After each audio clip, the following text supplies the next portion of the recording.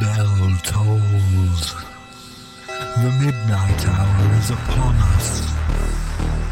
It's time once again for two internet strangers to discuss the good and evil of the horror genre. So sit back, relax, and enjoy the terror within the Hallow-Holics Anonymous podcast.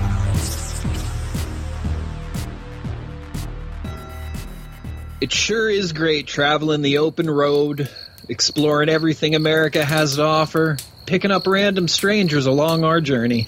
Granted, we're not really traveling so much as on the run from that gang of bikers who want our head. Who knew the Wild Blue Hares was such a huge organization? Well, I did. I know a lot about that sort of person. You should keep on moving, because sooner or later, they're gonna take you out.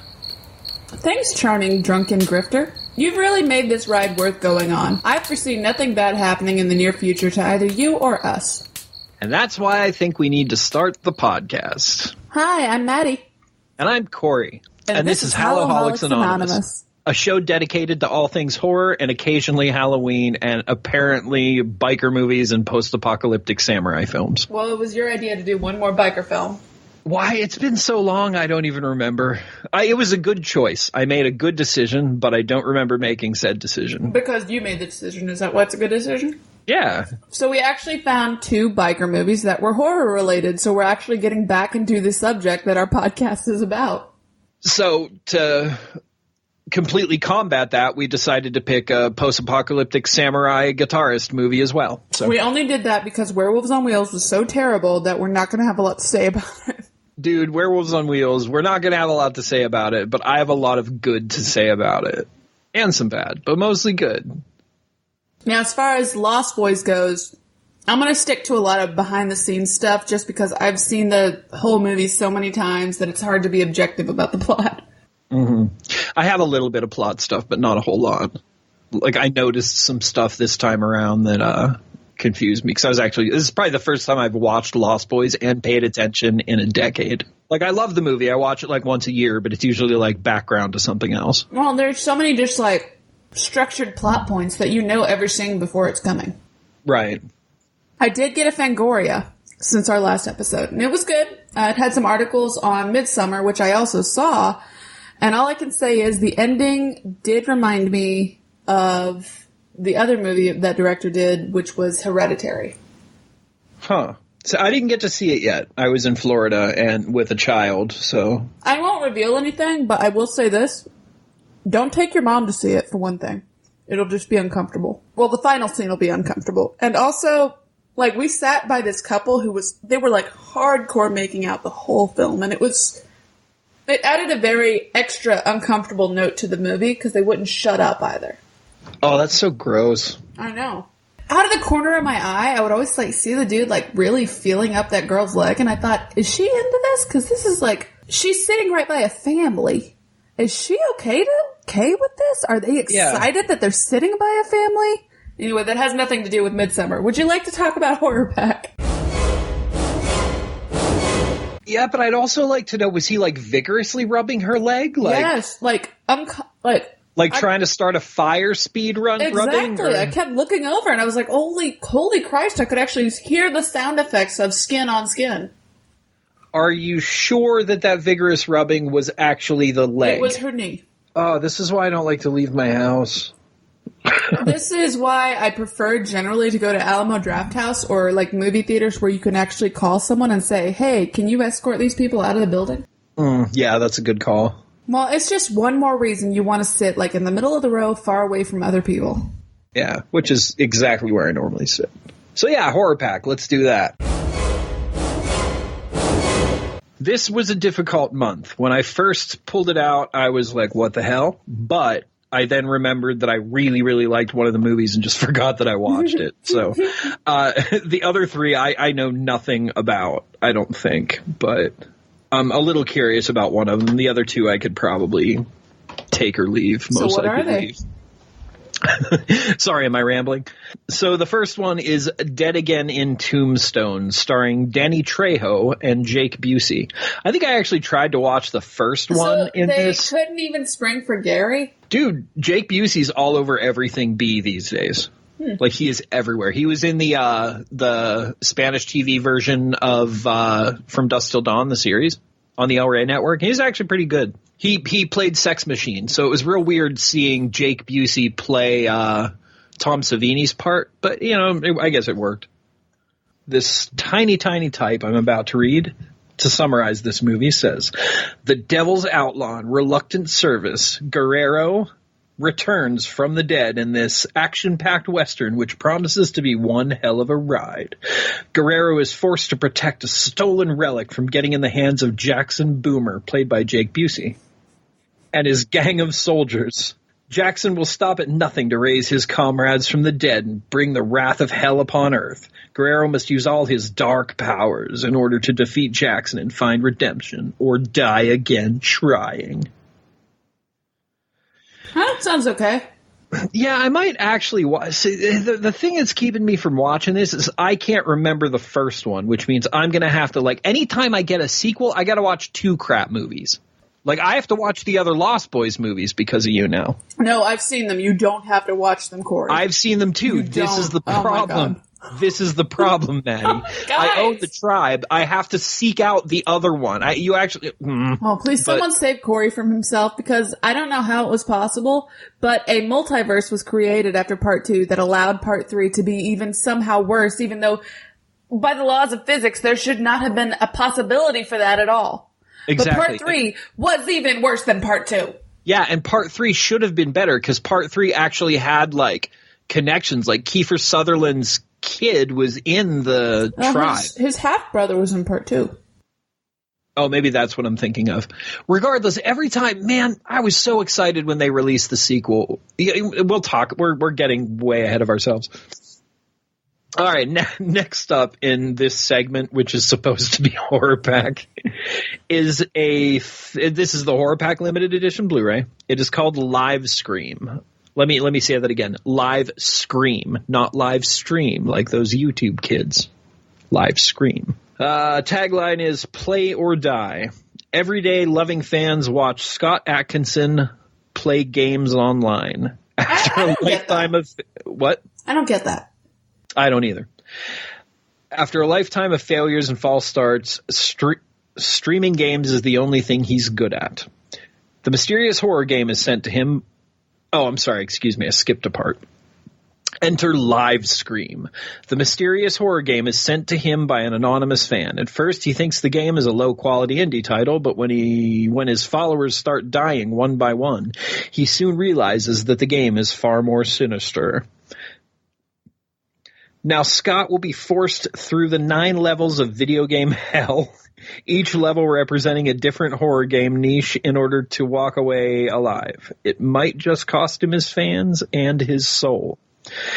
This, if it didn't look so D-rate budget, this actually kind of, let's be honest, it's brain scan. No, it sounded like it was inspired too by Unfriended. Yeah, it's probably Brain Scan meets Unfriended. Unfriended was great. Yeah, it really was. Guys, Unfriended is worth watching. I know, given that you're our listeners, you probably think it's stupid if you haven't watched it yet, but please, watch Unfriended. Yeah, seriously, we have an episode on it, too, if you want to go back and listen to it. Yeah, this is definitely Brain Scan meets Unfriended. And like I said, that is a little intriguing to me, but I can tell by looking at it that it's low budget, poor acting, shitty camera work. It's just I'll give it a shot eventually, but I know I'm gonna hate it. But you're gonna eventually watch it, like you have watched all of the Horror Pack movies you've got. Right, like none of them are still in their wrappers even. Do you have do you have at least do you have them on a shelf together? Yes. I have almost an entire 4 foot by 4 foot shelf that is just Horror Pack movies. I think the bottom shelf is for movies I actually bought with my brain. Specifically your brain? Well, movies I actually thought about buying and bought them instead of just getting random stuff sent to me in the mail. All right. Next up, the best Scanners sequel we never got. Weren't there a bunch of Scanner sequels? I'm pretty sure there were. Yeah. So this one's called The Mind's Eye, from the directors of Almost Human. Now, Almost Human, I gotta look that up. Is that the TV show or is there a movie? Might be both. No, there's definitely a TV show. Well, there's a movie. I think I remember it. The cover show. of the movie looks like the box art for The Thing, if I remember correctly. Let's see. There is a TV show with Carl Urban. Yeah, I really liked it. It only lasted for 5 seconds. All right, so The Mind's Eye. There is a movie called Almost Human, and it is kind of a rip-off of The Thing's box art. Anyway, so this movie, Zach Connors and Rachel Meadows were born with incredible psychokinetic capabilities. When word of their supernatural talent gets out, they find themselves the prisoners of Michael Slovak, a deranged doctor. Isn't it kind of racist to just name somebody after another culture? Especially if it's a bad guy. Yeah, but if they're Russian, it's okay. That's how American movies work. Slovaki people aren't Russians. Well, yeah, but the last name Slovak kind of sounds Russian. Okay, I'll give you that. Anyway, dude's a deranged doctor intent on harvesting their powers. After a daring escape, they are free from his sinister institution, but the corrupt doctor will stop at nothing to track them down, so that he may continue to siphon their gifts for his own use. The Mind's Eye is a mind-bogglingly gory film that has heart, soul, and suspense, but above all, unbelievably fun to watch. As if it isn't really, really obvious that the name Michael is supposed to be a nod to Ironside. Yeah, for sure. Yeah. Who, is the main thing that made that movie so good. Mm-hmm. I wonder if we went back, and I bet there's more Scanners references that I'm not getting because I haven't seen it in a long time. Yeah, probably. Scanners is a good movie, though. It doesn't need a sequel. All right, and finally, the movie that I actually like, and I'm glad I own in this, is The Hollow. Nature has a dark side. Have you seen The Hollow? I have not. I was just thinking Hollow, but then I realized, no, I saw Hollow Man, which is terrible. Yeah, it is. All right, so when a London-based conservationist is sent to Ireland with his wife and infant child to survey an area of forest believed to be hallowed ground by superstitious locals, his actions unwittingly I have seen it. Yes. Yeah, see, I knew as soon as I start reading it. So yeah, they disturb a whole bunch of demonic creatures who prey upon the lost alone and deep within the darkness of the remote wilderness. He must now fight back to protect his family against ancient forces and relentless attacks. So yeah, that's dude moves to Ireland, some Irish magic shit happens. That reminds me of another movie I've seen, which I had completely forgotten about it until you started talking about this one, about this couple who had lost their daughter and moved to this small village, and they found out there was a ritual they could use to bring their daughter back if she had died within the last year, but they weren't allowed to do it. Oh, yeah. You remember that movie? Yeah, what was that? Oh, man, that was 1,000,000 times better than the Pet Sematary remake was. I don't remember what it's called, though. I feel like I watched that in The Hollow around the same time because one triggered something about the other in my head. Yeah, well, my head too. That's why I suddenly thought of it. The Hollow. That's a good movie. Yeah, it is. So again, Horror Pack is still worth it to me. So I'm going to keep going. Is that all of your Horror Pack? Yes, that is all of it. Huh. It's interesting that your Horror Pack pretty much ended on July 29th. That you finished talking about it on July 29th. This day in horror history. 1941 saw the birth of David Warner, who was in Time After Time and Necronomicon Book of the Dead. In 1972, Will Wheaton was born, who was in Stand By Me, The Curse, and Wesley Crusher, and also Stephen Dorff of The Gate, Alone in the Dark, and Blade. God, The Gate's so good, but that's not what I'm taking from this. What I'm taking from this is David Warner. I recently got the audiobook for The Club Dumas, which is the movie The Ninth Gate is based off of. Mm-hmm. I was hoping to be able to sync it with my Kindle and my Audible account, but it's not available for that. So I now own the audiobook and the Kindle book. But like it's supposed to be 10 times as good as the movie, and there's like all these sections the movie left out. But David Warner is the one that reads it, and it's fantastic. David Warner is incredible. Like he really is. He is unbelievably amazing. God, that man destroyed my childhood though. You know, he Time Bandits wrecked me. I'm pretty sure he didn't start acting until he was in his 30s. But yeah, I love David Warner. Waxwork, thank you very much. Mm-hmm. Yes. Omen. Oh, yeah. Yeah. Yeah, it's honestly like his role in Time Bandits and Time Bandit. The ending of Time Bandits crushed my childhood. Oh, I love that movie.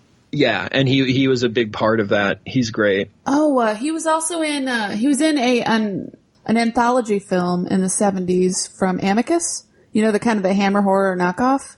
Yeah, yeah. But he was also in My Best Friend is a Vampire as like a demented, stupid vampire hunter, and he was hilarious. Yeah, dude's a good, like, he's up there with Julian Sands for me. Mm-hmm. Like, they're both like constantly character actors, but I feel like they bring so much to everything they do. They're just so great. You know, I'd put him up there with Lance Henriksen. Oh, for sure. Yeah. He's like the British Lance Henriksen. Whenever I think of Lance Henriksen, I think of David Warner. Well, whenever I think of Lance Henriksen, I think of either Near Dark or Millennium. Oh, it's weird because when I think of Near Dark, I think of the Lost Boys. And that was on this day in horror history. Yeah, you know why you think of Near Dark when you think about the Lost Boys? Yes, I know. Because the Lost Boys ruined Near Dark's box office. Well, hold on. We'll talk about this later. I'm going to get into it with you, sir. Michael and Sam have just moved also, to Jason Patrick was California. super hot. Oh, yeah, he's in this movie, he's up there with Tom Hardy for me. Oh. Notice anything unusual about Santa? God, the Frog Brothers got so lame in this sequel. I can't believe I have to watch them again. If you look at the actors, kind of lame in the original. Kiefer Sutherland was so beautiful then, too. Oh, so much smolder. It's all smolder. This movie is all smolder. So where are you? The flying nun? I'm your brother, Sammy. Help me! Stay back! Stay back! Aww. What's happening, Star? Get yourself a good sharp steak. Drive it right to his heart. Kill your brother. You'll feel better. My own brother, a damn blood-sucking vampire. Oh, you wait till Mom finds out, buddy. That bathrobe is so 80s. Never a pretty sight. Michael, they're coming! But there's a pretty big fan theory that Corey Haim's character is... Oh, I know about all of the fan theories about Lost Boys.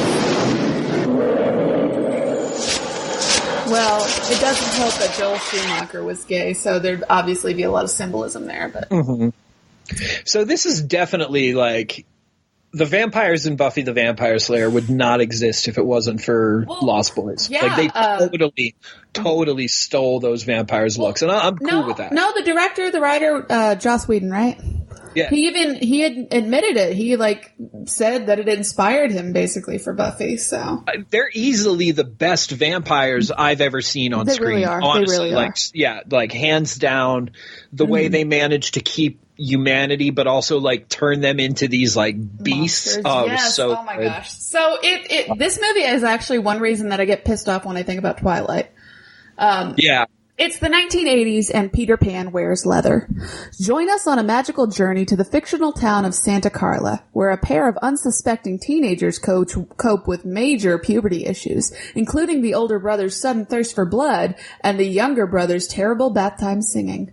If that wasn't enough... I love that song, though.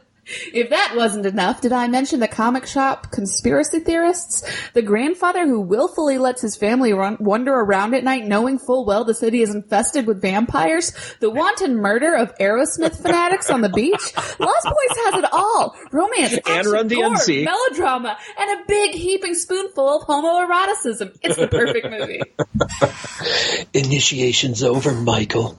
Time to join the club. Oh, man. When she, comes over and whispers to him that it's blood, the dirty look that David gives her. Mm-hmm. So I do want to get off my chest. If I remember correctly, this released the same time Near Dark released, in the same sort of Like they were both summer releases or something like that. I didn't go back and double check. I remember reading it years ago. It came out the same year. And real quick though, you give me your little complaint here so I can tell you some fun facts. Okay.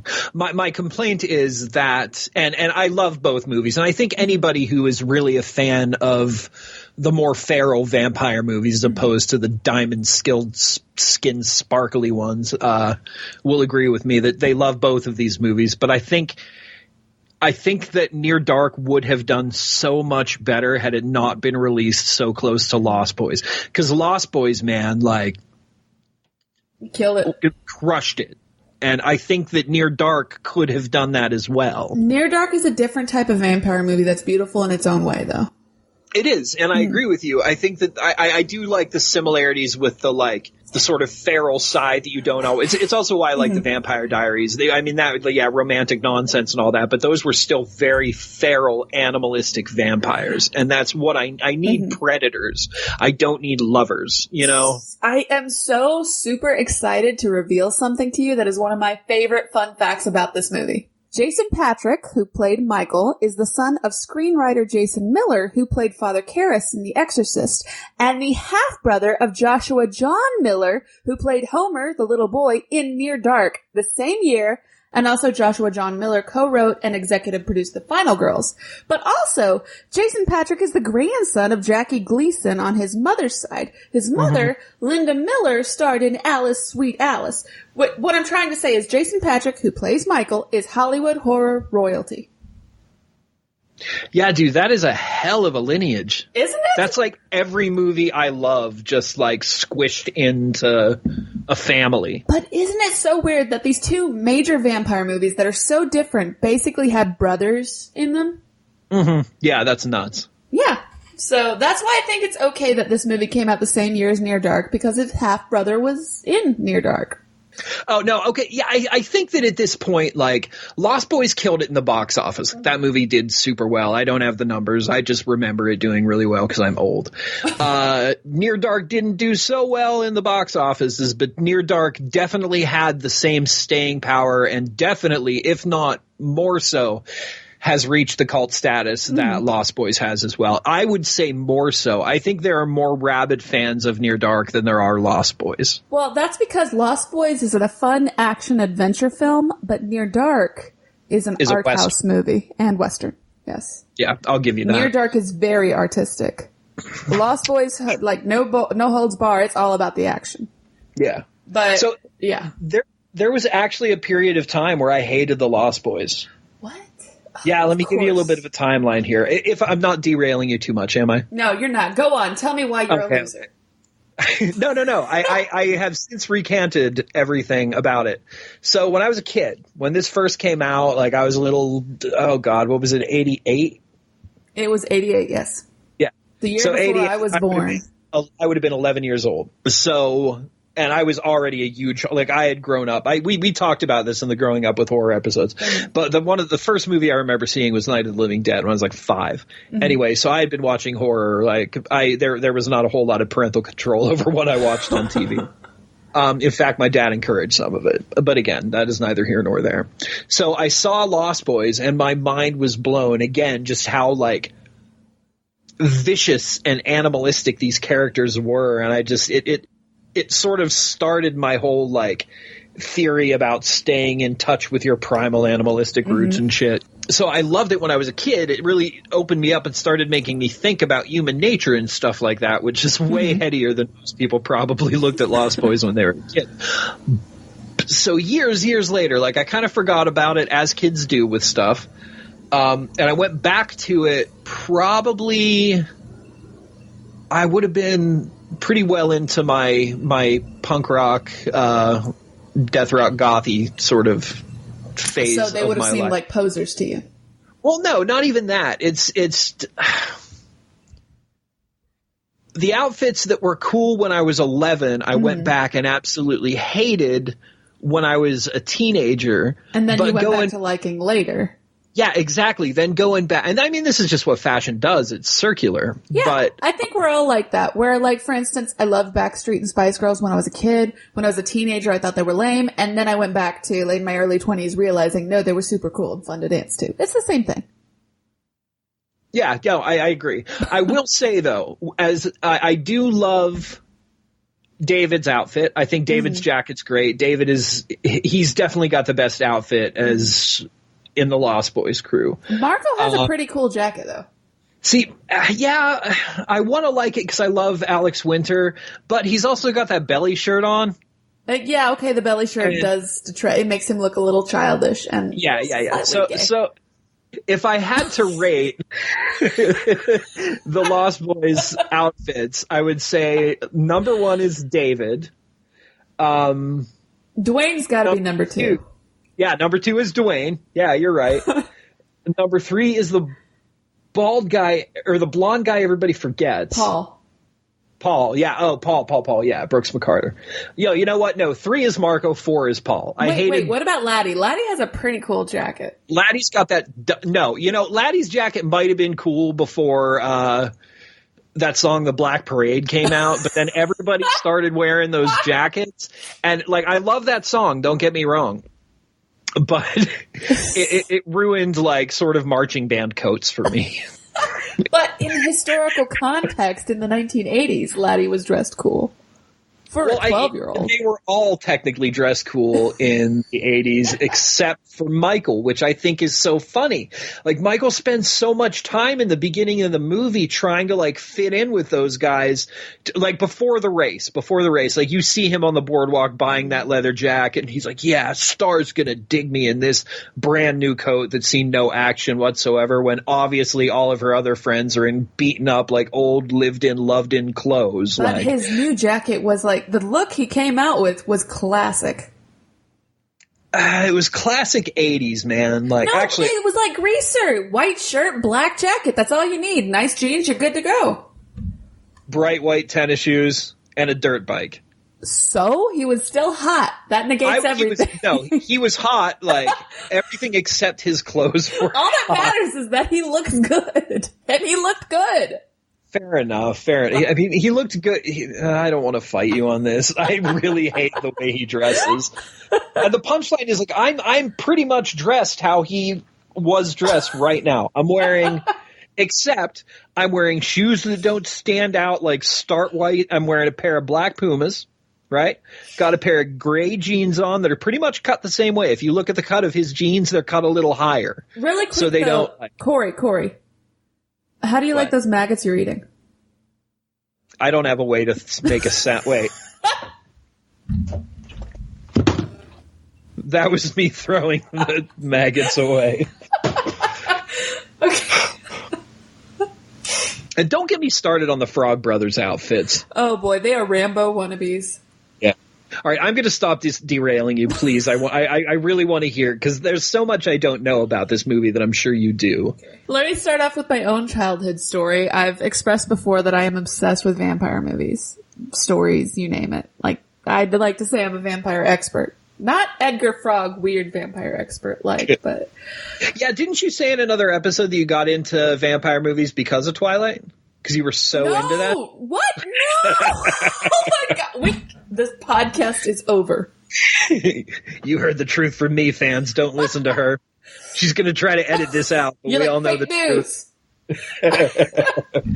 Okay, so I don't know when it began, but when I was really little, like probably 4 or 5, vampires were my favorite. I watched Interview with the Vampire with my mom, mostly. And then she told me to leave the room when that kind of like prostitute scene happened, and I crept back and hid behind the couch while I watched that scene anyway. Oh, that was my move too for movies with my parents. That's awesome. I almost wonder if your parents let you do that just so you can have that memory of being sneaky. I don't know. Dude, there's no way we were as slick as we thought when we were kids. Like, we weren't a bunch of little ninjas. Yes. Like, I'm sure they heard us clopping around. But I was so obsessed with vampire movies that there was a period where I had this big blue steamer trunk with a broken lock. Thankfully, it was broken. And I would pretend I was rising from my coffin by, like, hiding in the steamer trunk and figuring out the perfect way to stand up in it. All right, I can relate to that. There was a period of time where I wore a cashmere trench coat. Mm-hmm. Where I didn't have any way to get that fluffy. This is my interview with the Vampire Death Rock phase, by the way. I didn't have any way to get. I didn't have a shirt with those like macrame sort of hand covers. So I took a bunch of like old like doily fabric. And what I did was I sewed them to the inside of my overcoat. So every time I put on this overcoat, I also had that flowing sort of like God. Victorian, maybe Baroque-ish hand covers. Yeah. I'm just picturing this movie's bringing up some memories. Doilies like stitched to your jacket. No. They couldn't because they had to look beat up because I was an old vampire. So they were like all cut up and like sewn in poorly. They look cool though. So I'd like to tell you a little bit about when I was a kid. Most summers consisted of going to my grandmother's house, which she lived out in the middle of, I don't know how to describe this to you, but in Texas especially, there's a lot of small towns that are so isolated that you've got to go 45 minutes just to see another person. Oh no, I know between like some of the documentaries I've watched and actually I bust from the west side of Texas to the east side of Texas. So I've seen how small things can be in there. And things have changed a lot since I was a kid, but our family farm used to be in this little town that I don't even know if it counts as a town or if it's unincorporated territory now called Lexington. Every summer, me and my brother would go there with grandma and my other older grandma and my mom, and there was nothing to do. There were maybe 5 channels on TV if you had the bunny ears angled properly. And it was just boring. It was mostly me and my brother just sitting outside doing nothing. But there was a little grocery store with a video section. And over the course of several summers, my mom would take me there. My brother would rent 2 comedies and I'd rent 2 horror movies every week. That was a family tradition until I was a teenager, until video stores started closing. And I remember one summer in particular, I was about 8 years old, and I was asking Mom what I should get, and she grabbed Lost Boys for me. And I took it back to the farm in the back room and popped that VHS tape in, and I must have watched it 3 times that day.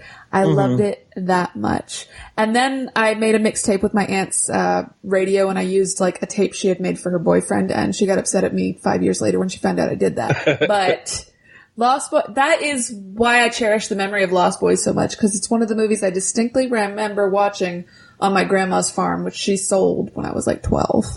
That's honest to God, that is absolutely beautiful to me. And that is why I am such a freak about movies, because there are just certain movies like Lost Boys for you, Cemetery Man for me, that just take you back to this place, you know what I mean? And you can actually relive, you'll never get the feeling back of first seeing that film, but you can at least relive the nostalgia of that feeling.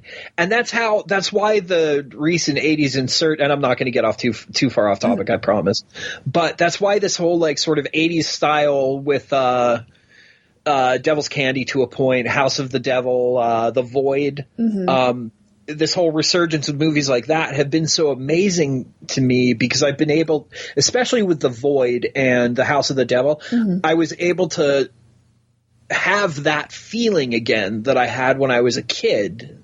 Yeah. If that makes any sense. No, I know that you and I differ on The Void a little bit, but like.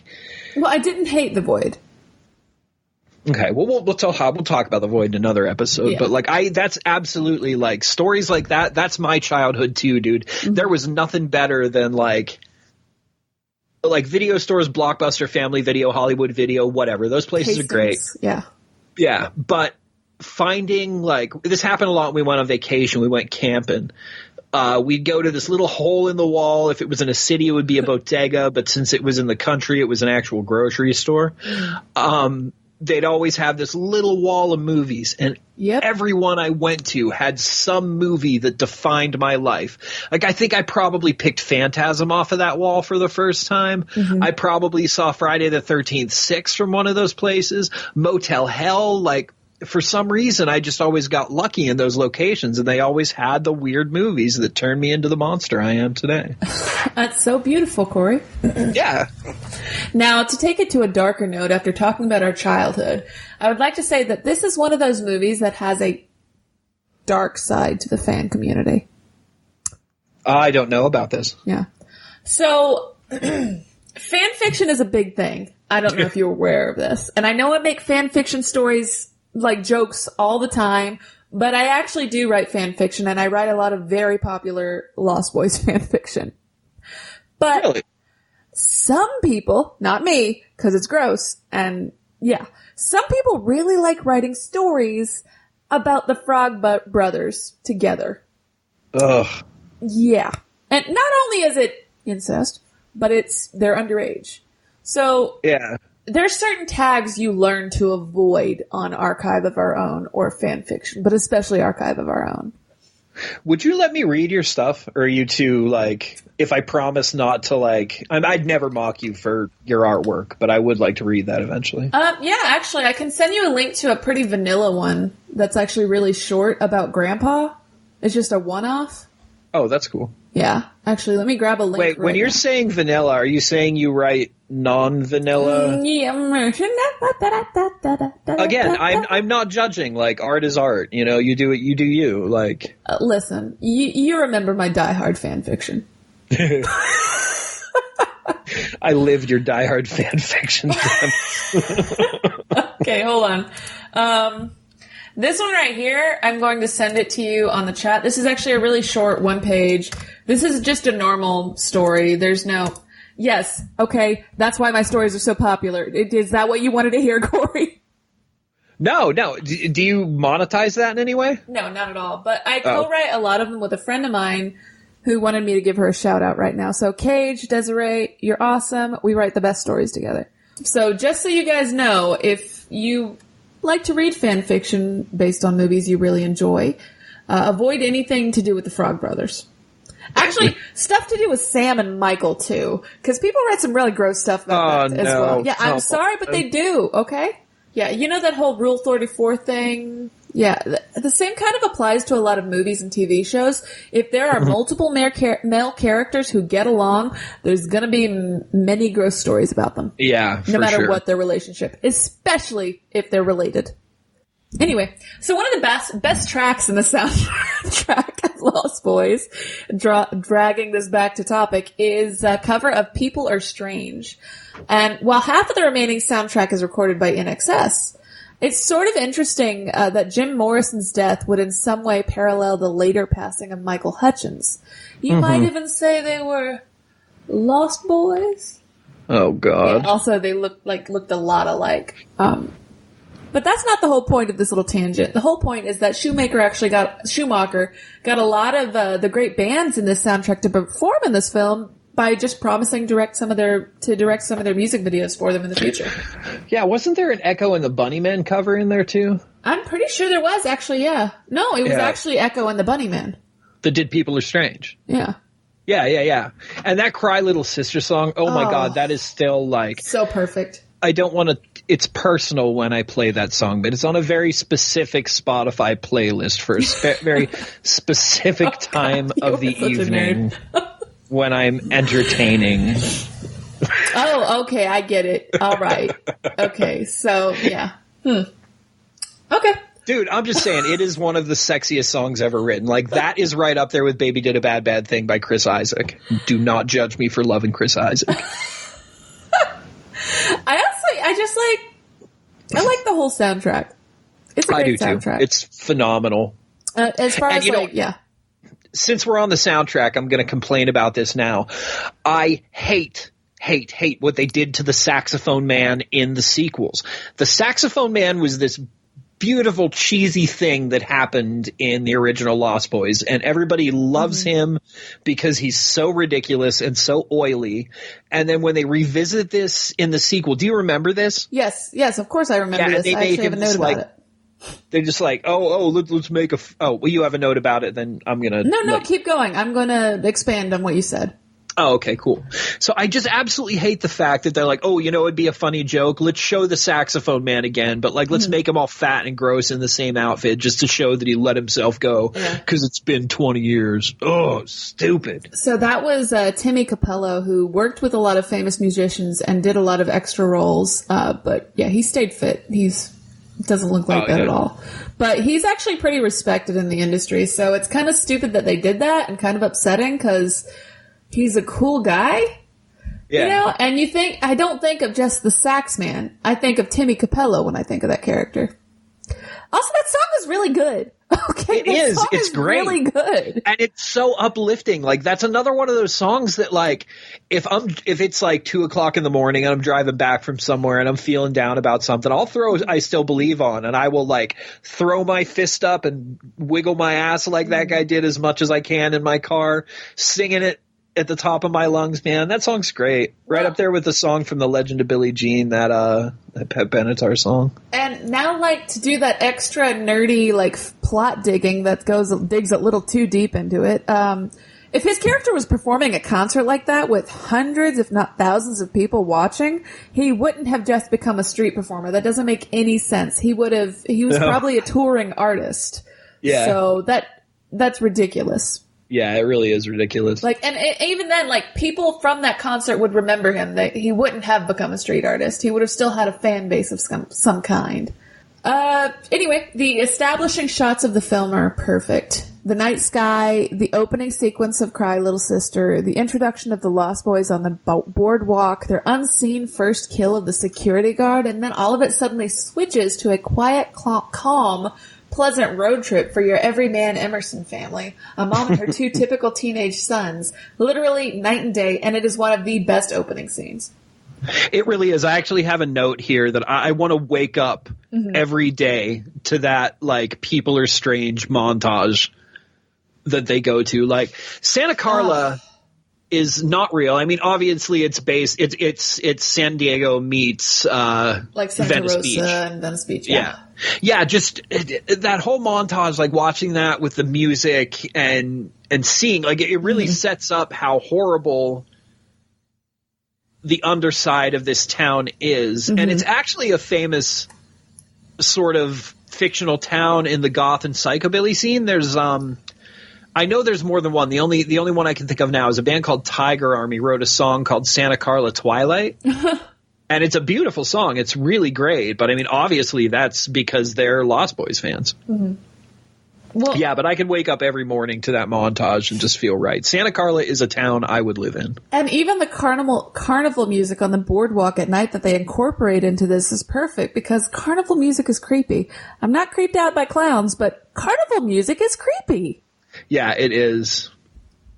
Now, do you know about the original concept for the Lost Boys?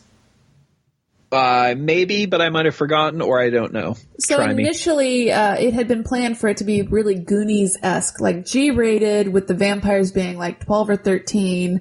But it would have seriously limited the awesome violence in this movie because blowing preteens up on stereos and boiling them in bathtubs might not have played off well for the audience. And drinking blood out of a dude's head. Yeah. And plus, all these guys are super attractive. Yeah. But they decided to go a different direction, thankfully, and we ended up with this movie that had so many changes throughout the production that the fact that they brought it together into this perfect plot is unbelievable. Really? Do you feel like we should reveal spoilers here, Corey? I mean, it's a 30-year-old movie. Okay, so yes. There's no way anybody listening to us has not seen Lost Boys, unless there's like one random toddler out there. And if that's the case, dude, shut this off.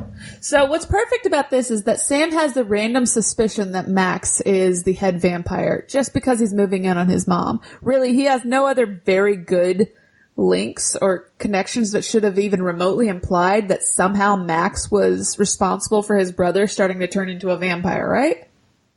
Yeah, but I get it. You know what I mean? Like, his dad walked out on him. This new guy's coming in. It's a trust issue thing. Like, and considering everything else that's going on, I can understand maybe doing that just to try to break up your mom, even if it's like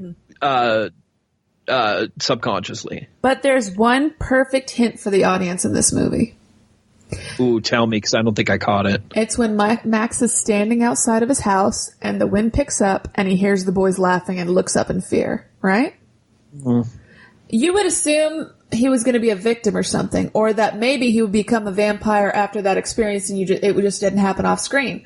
But the reason you actually kind of figure out he's the head vampire is because of the kite they throw at him. It's a bat.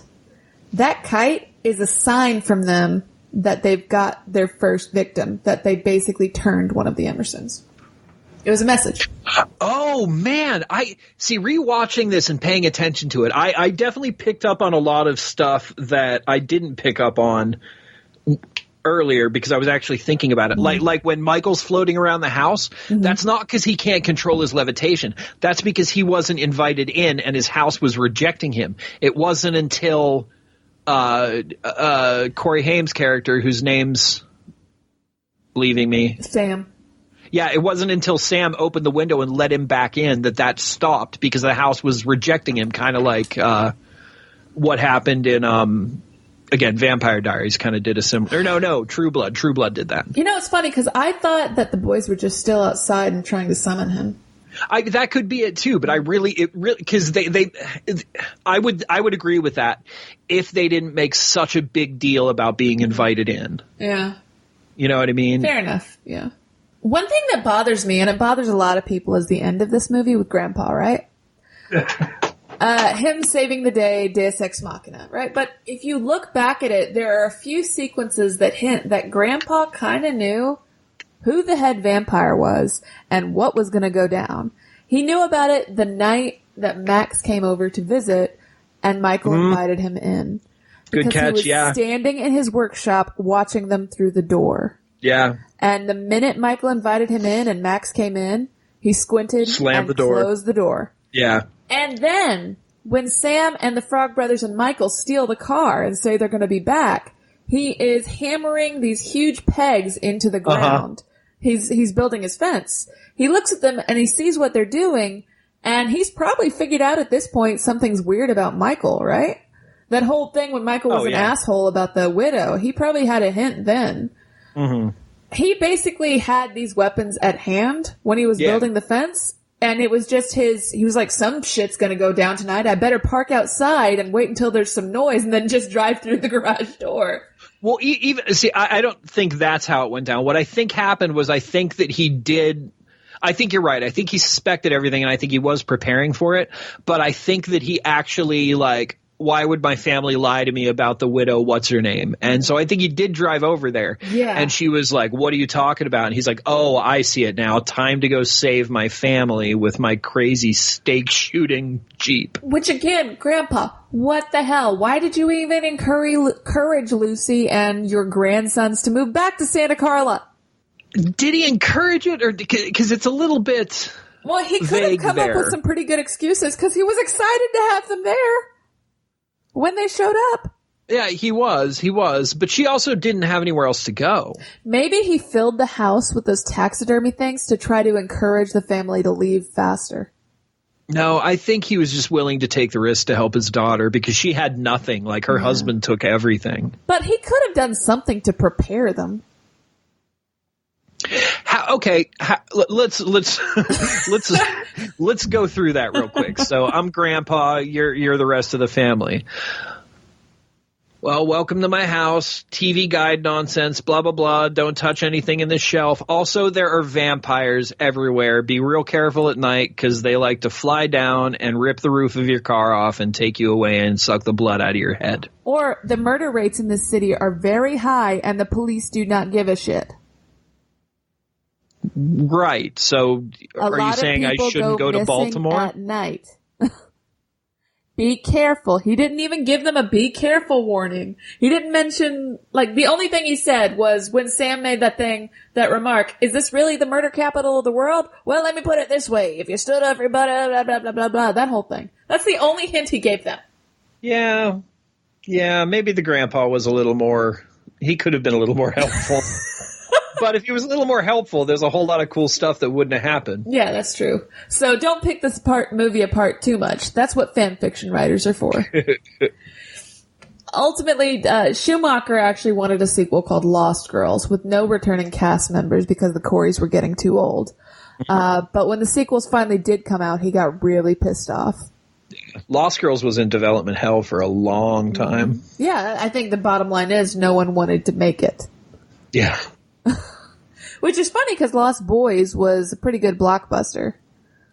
Who knows? All I know is part 2 is really not worth watching, and part 3 is even more worth not watching. Yeah, they're terrible cash grabs. Ugh. And guys, we've watched a lot of bad sequels. We watched all of the Halloween movies. That's how bad part 2 and 3 of Lost Boys are. That's how bad. And I have to do it all over again. Yeah. But it's also kind of sad to watch this movie and realize a lot of the cast members are dead. Obviously, both of the dogs. Bernard Hughes, who played the grandpa. Edward Herman, who played Max. Brooke McCarty, who played Paul. And Corey Haim. I wonder how Paul died. So there is another genetic thing liver disorder. Yeah. Oh, okay. It was There's an interesting link to, I think it's interesting. There's an interesting link between Six String Samurai, which we're going to talk about later, and Lost Boys. Mm-hmm. It's it's a tenuous link, but it's definitely there for me. So there's the guy who, and it's costume related, it's design related. A lot of the people think glam rock when they look at the Lost Boys now, but back then that was a lot of the looks. That was more of a death rock goth look. I was thinking. I think death rock goth. I think maybe metal. I don't think glam rock. Yeah. But it was definitely like that. That was more because goth had a very Western influence to it, brought on by bands like Sisters of Mercy and especially Fields of the Nephilim. Fields of the Nephilim. You've seen Hardware, right? Yeah, we did Hardware. Mm-hmm. The Desert Wanderer, the guy with the claw hand. Yeah. That's the lead singer of Fields of the Nephilim, and that's how he dressed normally. Like, so you can kind of see where the costumes come from, the influences come from. And then if you look at Six String Samurai, you see the costumes for Death. Again, that's the lead singer of Fields of the Nephilim. Like, I would put money down that whoever designed those costumes was a Fields of the Nephilim fan. Well, there was a lot of inspiration on that. Like, not that we're going to get into it, but the singer who sang La Bamba, the character who... the dude in the desert that wouldn't take no for an answer. That was clearly inspired by him. Yeah, 100%. Yeah. Okay, here's one of my problems with this movie. Let me make sure I only have one problem. Mm-hmm. Yeah, I only have one problem. So my one problem with this movie is I think it might have been a reshoot, and that's why it's like this, and it's a purely aesthetic problem. So Kiefer Sutherland's corpse, when he's finally killed, it keeps flashing to like Michael and Star and then back to David, and he's dead and his stubble's there. He's dead and his stubble's there. You know, we keep going back and the stubble's still there. And then Max comes in. They cut to Max, and then he looks over, and then you look at David again, and the stubble's all gone. So for a very, very long time, I thought, like, when I was a kid, I thought that was sort of a metaphor for him kind of getting his humanity back in death. And it wasn't until I got smarter where I realized, no, he didn't get his humanity back. The dude was an animal. He did terrible things. There was no redemption arc for him. So I think what happened was they called Kiefer back in for like a reshoot, and he was shaved, and they just didn't do anything about it. Okay, so I thought he got his humanity back. Yeah, but why? Like, how? Because you know what I mean? There's no getting your innocence back after that. The idea behind a vampire for basic mythology is it's that not the human soul that controls the monster. The human soul is maybe trapped inside the monster, and being killed finally releases them from that eternal torture of witnessing themselves being that monster.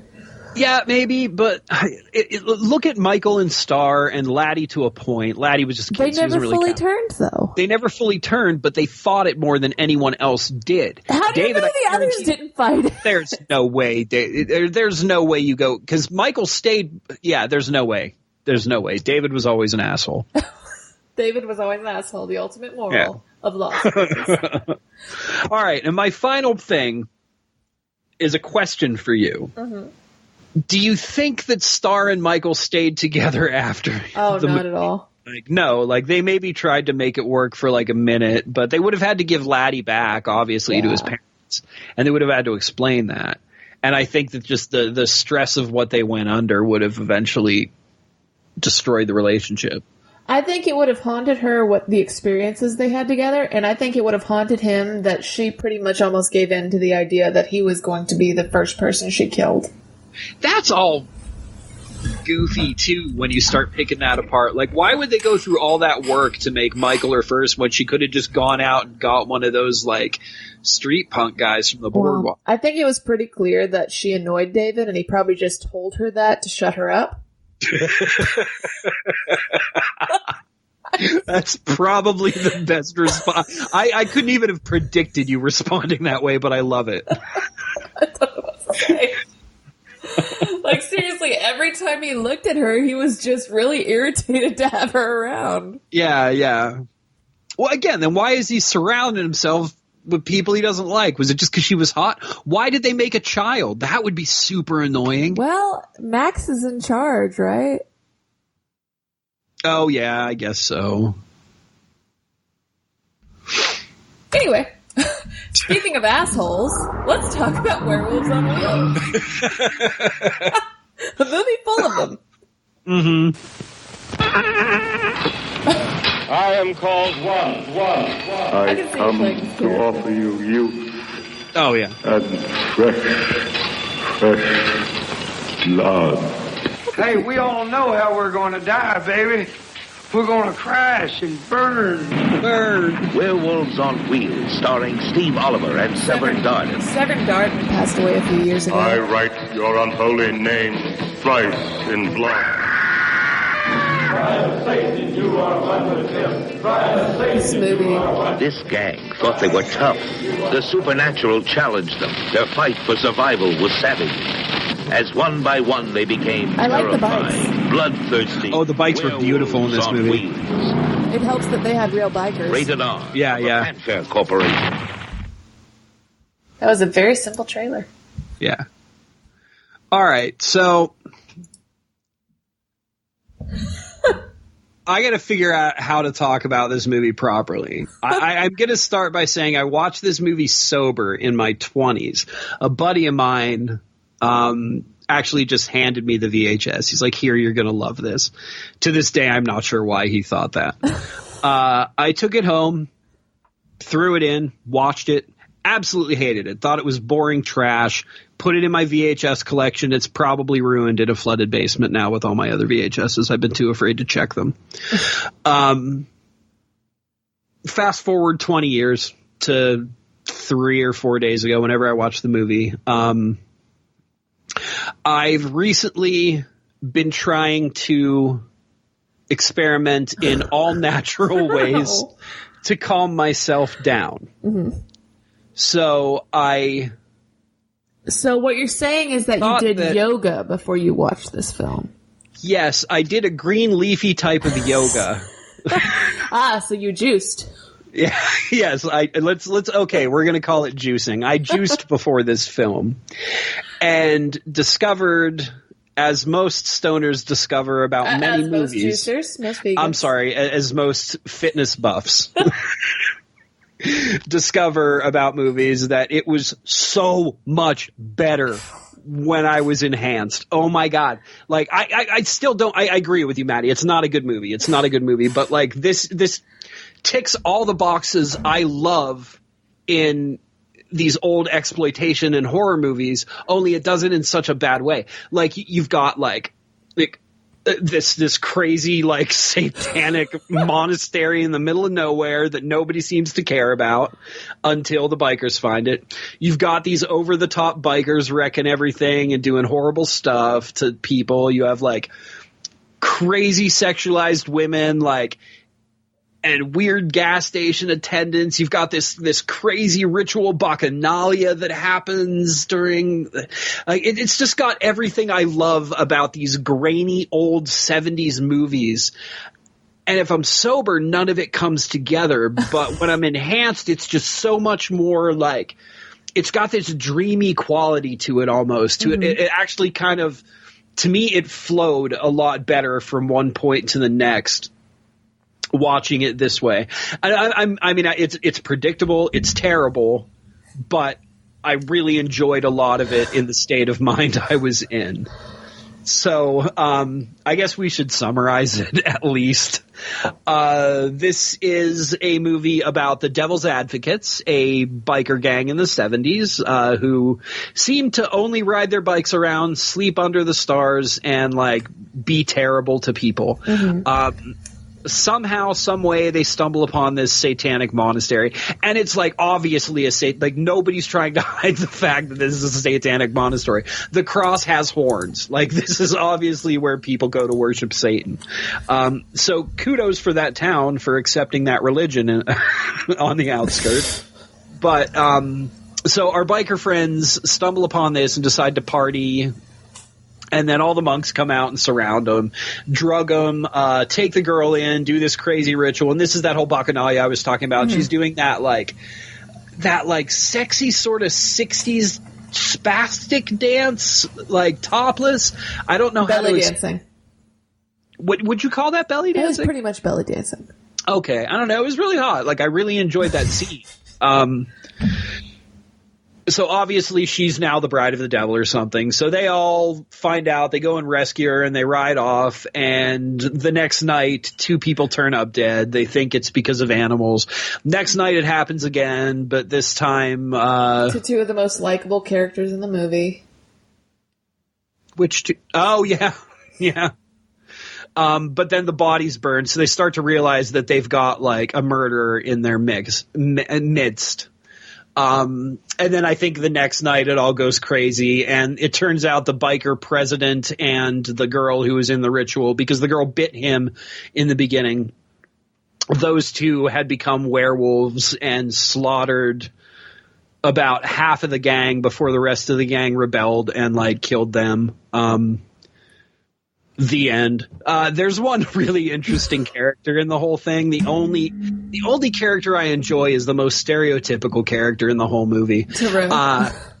Yeah, and they like mix all these stereotypes into him. Like he's the wise Native American mystic. He's also the like witchy tarot card reader. You know, he's the dude who knows about supernatural stuff. And he keeps saying through the whole movie, and this, like, I like him, but this annoys me. He keeps saying, well, I'm going to leave because something bad's happening. But he never leaves. Yeah.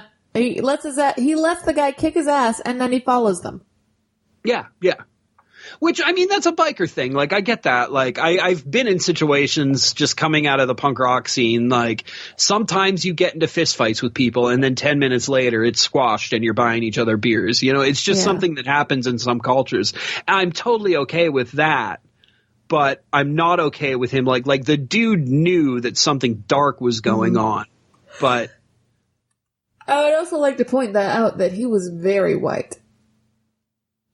Yeah, well, that again is another problematic thing that happened in these movies. I mean, how many times did who's the dude from the party? Peter Sellers. How many times did Peter Sellers play a very, very casually racist character? Well, at least Boris Karloff was, I think, half Indian.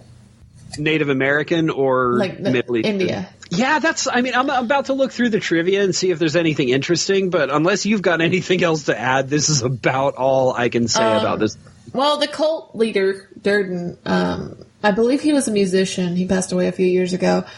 I felt like his overly wordy little I am become one speech was just a way to pad out the scene with the cultists, so that them moving around doing nothing seemed to have a point. It was, but coming from a guy who, like, once a month listens to the, like, crappy Aleister Crowley recordings that exist, like, I eat stuff like that up. Like, I love those over-dramatized in fact, I should find the one Crowley thing. It's somewhere on my hard drive. I'll dig it out for you and send it to you, just so you can see, like, it's so melodramatic. I mean, it's ritual, you know what I mean? So it's super melodramatic. And again, that's another thing that I love in those movies. So this is very obvious, but Rob Zombie has used 2 quotes from this movie in 2 different songs of his, which is, I mean, exactly like the type of movie Rob Zombie would quote. In fact, this is, if Rob Zombie directed movies in the 70s, we would probably get a better version of this. Probably more boobies. You think so? I mean, this is pretty on par with the amount of boobies in his movies. I think he uses a little more booby. We might have to do a side-by-side booby comparison about this movie and some of... An intellectual... 100% intellectual, yeah. And when we do it, I'll be like, why are we doing this again? So yeah, actual bikers and stuntmen play the members of the biker gang, which is cool. That means everybody who's fallen off their bike and wrecking, that stuff's really happening. I always love that. At this point, it was as close to, I guess, reality or documentary filmmaking that a lot of this biker stuff kind of got to. Yeah. I mean, plus that was the thing back then. They always used real bikers for stuff for these movies. They're like the Hells Angels were in so many movies in the 70s and 60s. There was actually a rumor at one point that Dennis Hopper was directing this under a pseudonym. That would have been a lot cooler. Film had to be toned down to get an R rating because of the violence and profanity. The bulk of the monks were played by hippie from a local commune in California. Oh my God. That's pretty awesome. A lot of the Black Mass incantation, that I am the one thing you didn't like, that was apparently improvised. I'm not surprised. You're also not going to be surprised when I tell you that this is shot in 16 days. Why do we keep watching movies that are shot in less than a month? Because this is what we do. We watch these movies so other people don't have to, Maddy. Oh my gosh.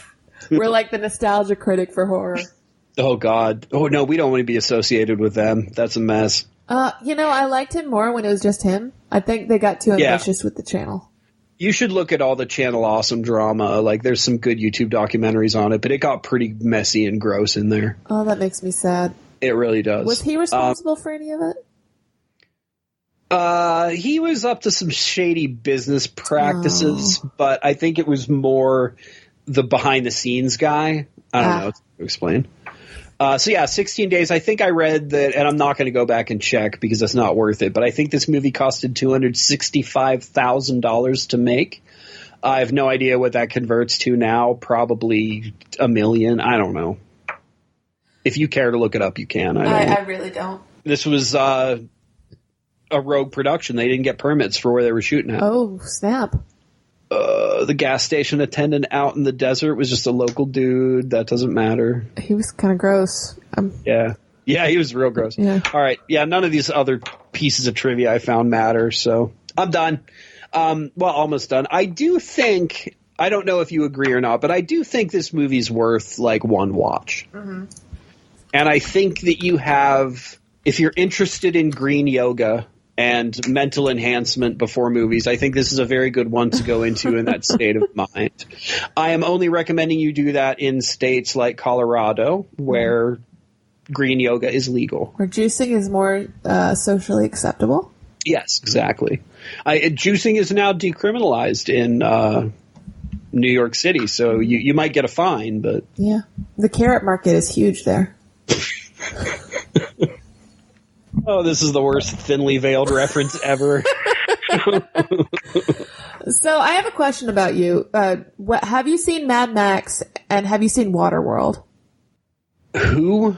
Yeah, have you seen? Think you are asking me if I have seen Mad Max and Waterworld? I'm just questioning your film legitimacy, sir. So answer. I have seen the first 3 Mad Maxes countless amounts of times. 3 minutes. I have seen Fury Road at least 5 times. I have watched Waterworld twice. Find another person in the world that's watched Waterworld twice. Okay. I dare you. What was the one key element that all of those movies lacked? Nothing when it comes to the Mad Max movies because they're all great. I would say that Waterworld was missing land, mostly. Hence the title. Wow. Corey, you failed me tonight. Are you going for bikers? Samurais? No, not at all. None of those. What those movies lacked was Buddy Holly. In 1956, the samurai dropped. The last bastion of freedom became a place called Lost Vegas. And Elvis was crowned king. Now, I love that Elvis lived longer in this, too. I know. And Vegas needs a new king.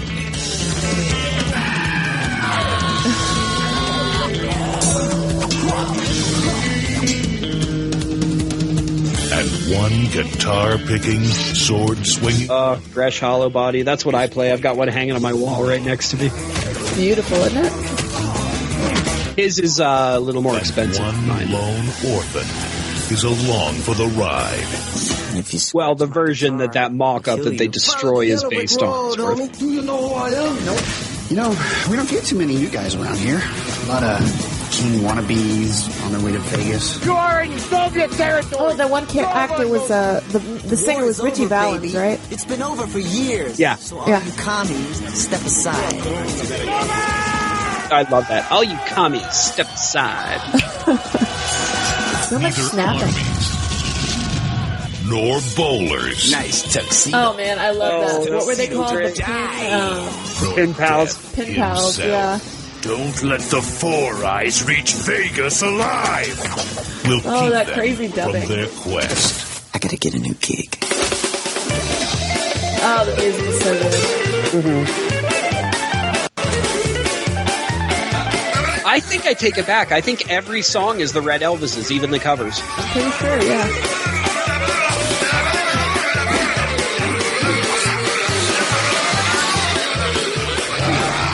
I missed them. They played for free about an hour away from me, but I had to work the day they played. Oh, that sucks. You know, John Cleese was about an hour away from me several years ago at a free seminar, and we didn't go. Oh, that sucks. That's how I got Mom to see Joe Bob Briggs this past year, too. I was like, Mom, we missed John Cleese. We can't miss Joe Bob Briggs. Nice. String Samurai.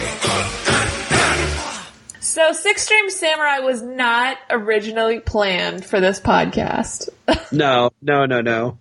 I mean, we would have gotten to it one day, for sure, because it's one of my favorites. But I told him, I said, Corey, I don't have much to say about Werewolves on Wheels. We got to add another movie. And somehow I ended up on Six String Samurai because I was interested in watching that.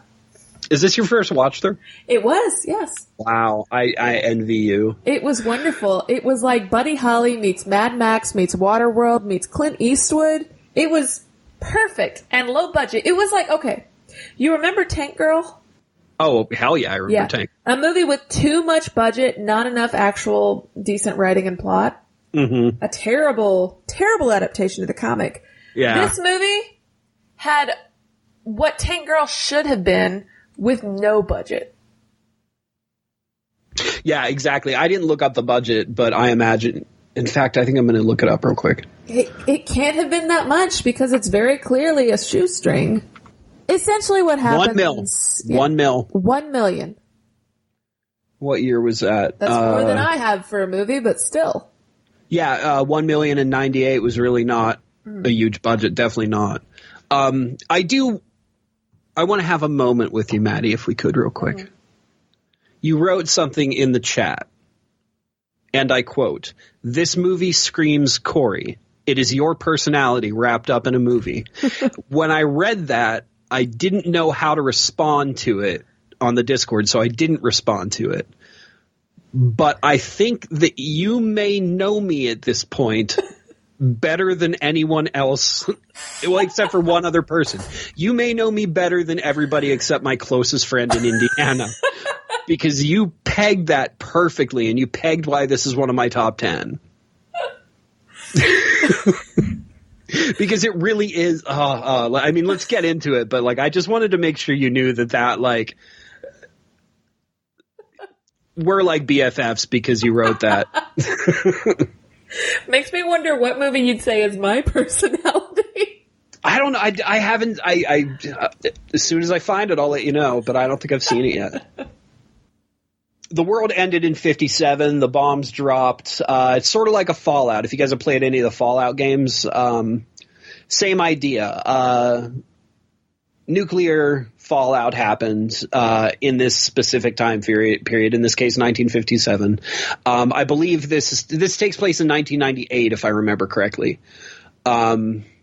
So what is that, 40 years? Yeah, it is 98. 40 years has passed. But because of the bombs, technology hasn't increased. So you've still got this 50s sense of culture, and you've got it all over the place. You've got rockabilly, you've got the old Spanish crooners, you've got the bowling league. Yeah, the bowling stuff. You've got the Mexican sort of proto cholo, I think, kind of thing. You've got the white picket fence family. Yeah, you've got the oh, I forgot about them. Yeah, you've got the crazy like suburban family that just want to live their normal life. So yeah, you've got basically a period piece taking place 40 years after the period took place. So it's a whole lot of rockabilly, a whole lot of surf music, some this movie is all about the music and the setting. So you've got Buddy, who looks like Buddy Holly. Buddy Holly is a great guitar player. He's also a great samurai swordsman.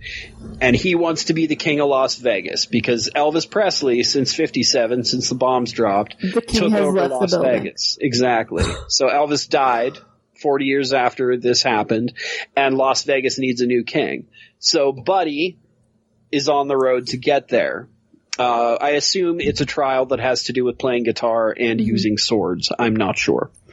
All the while, he is chased by Death and his 3 henchmen, which I assume is a reference to Death, Pestilence. Yeah.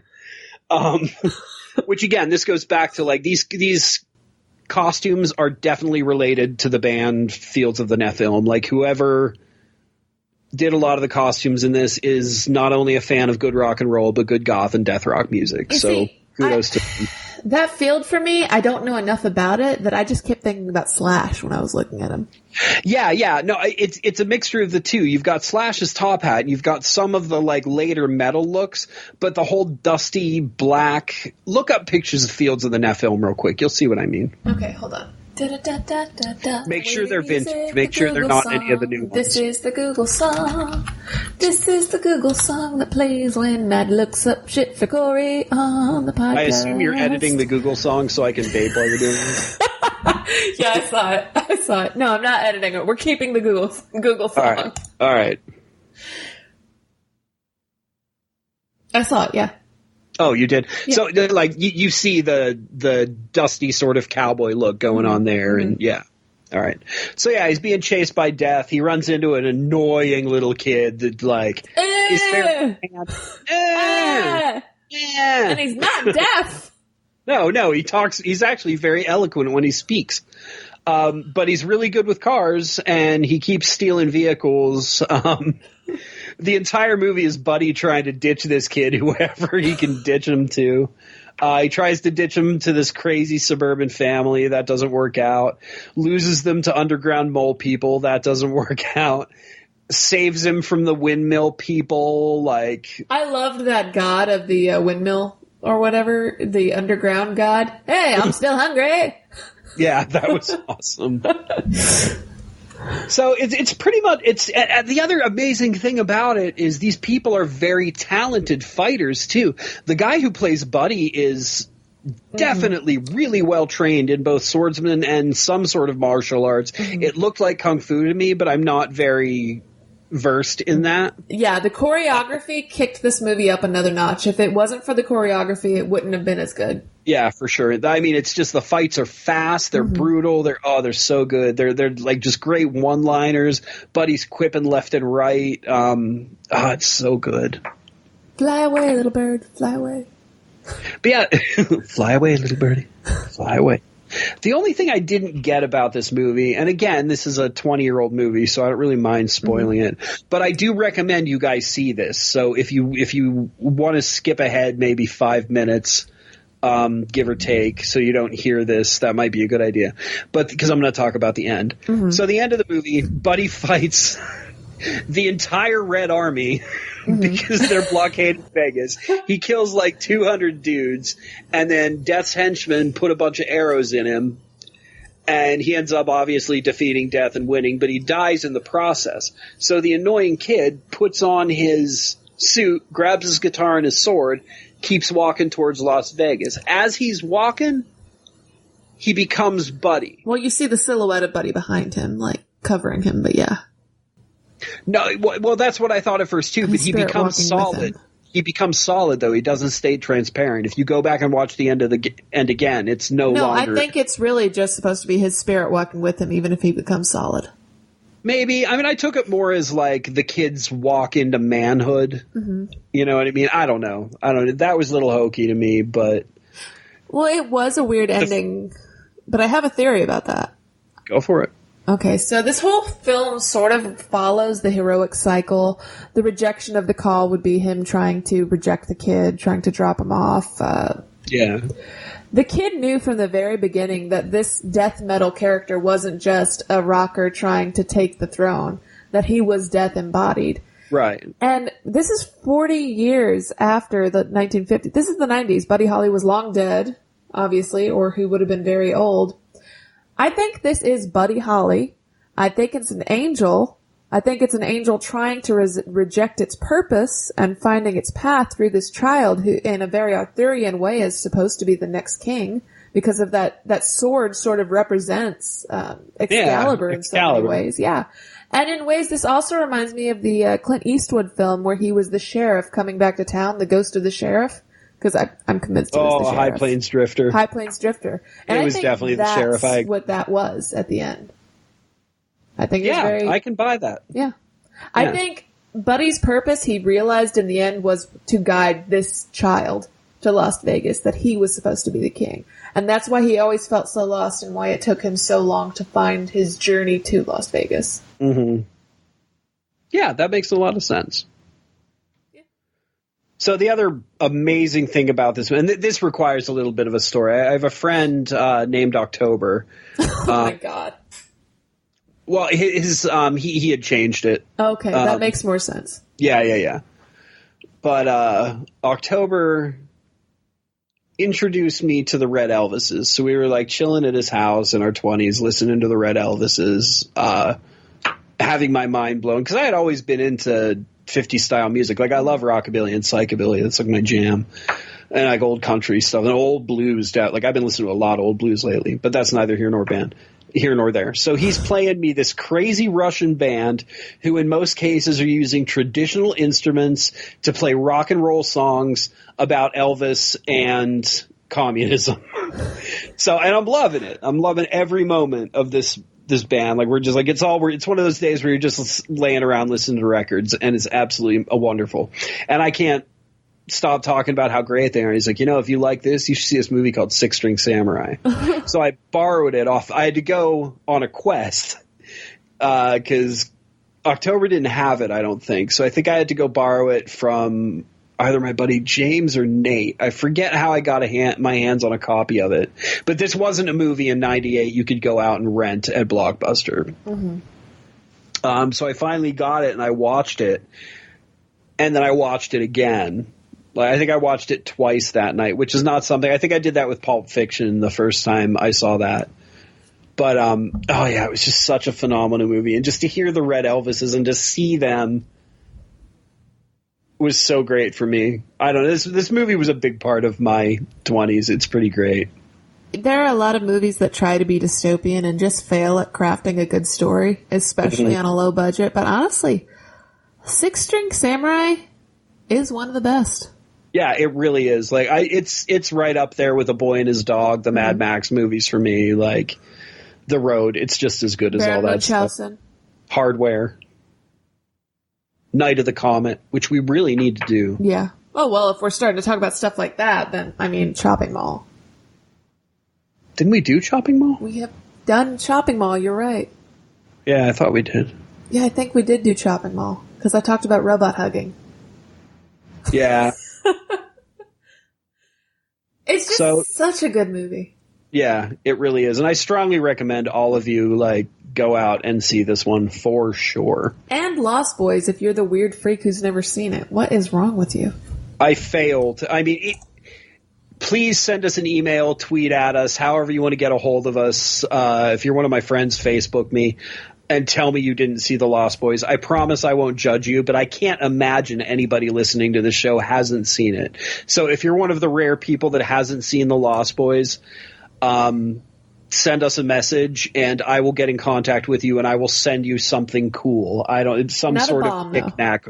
No, not a bomb. Some sort of a personal knick-knack or tchotchke, maybe even a finger bone. And if you'd like to watch Werewolves on Wheels, Corey would be happy to give you some recipes for some great shakes. Some great shakes? Oh, smoothies. Oh, yeah. Yeah, definitely. Like just some primo veggie juice. Right. To make the movie that much better. And it really will make that movie that much better. It might be a while until we get to this next one, guys, though, because I am taking a vacation. Oh, yeah, we should probably explain that real quick. Our lapse in recording hasn't been because of any drama. It's just been our schedules. I run a summer camp, and then immediately after that camp, I went on vacation. So I just haven't had access to the internet or time to really dedicate it. But we're back for this one, so you'll get this. And then Maddy gets to go to Japan, which I'm irritated at and excited for her for. Yeah, there might be one more episode before this because I don't go until the 15th, so. Oh, yeah, we could probably squeeze one more out. Yeah. I think consistently from year to year, this is probably just going to be the time of year where we're kind of slow for a month. Yeah, I mean, that's seasonal, you know what I mean? At least we keep going. But we're still standing. Yeah. We are, and we will be for a long time to come, so continue listening to us. Anyway, what do you want to do next show? Well, I kind of was totally into that incel episode idea. You want to do the incel episode idea? All right. So on our next episode, we're going to be talking about incel cinema. So I think we have to do,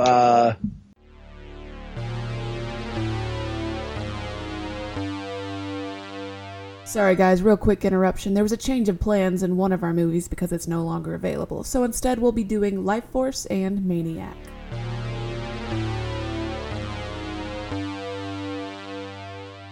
The original Maniac, the remake, or both? The original? Yes, the original. Okay. There is a remake, right? Isn't it I'm sure there is, and I'm sure you'll watch it anyway. Yeah, I will. I gotta get through the 2 Lost Boys sequels, though. So if you want to check out our blog, you can find us at hallow-holic.blogspot.com or hallow-holic.wordpress.com. You can also tweet us at Nowhere23 or search for Hallow-Holics.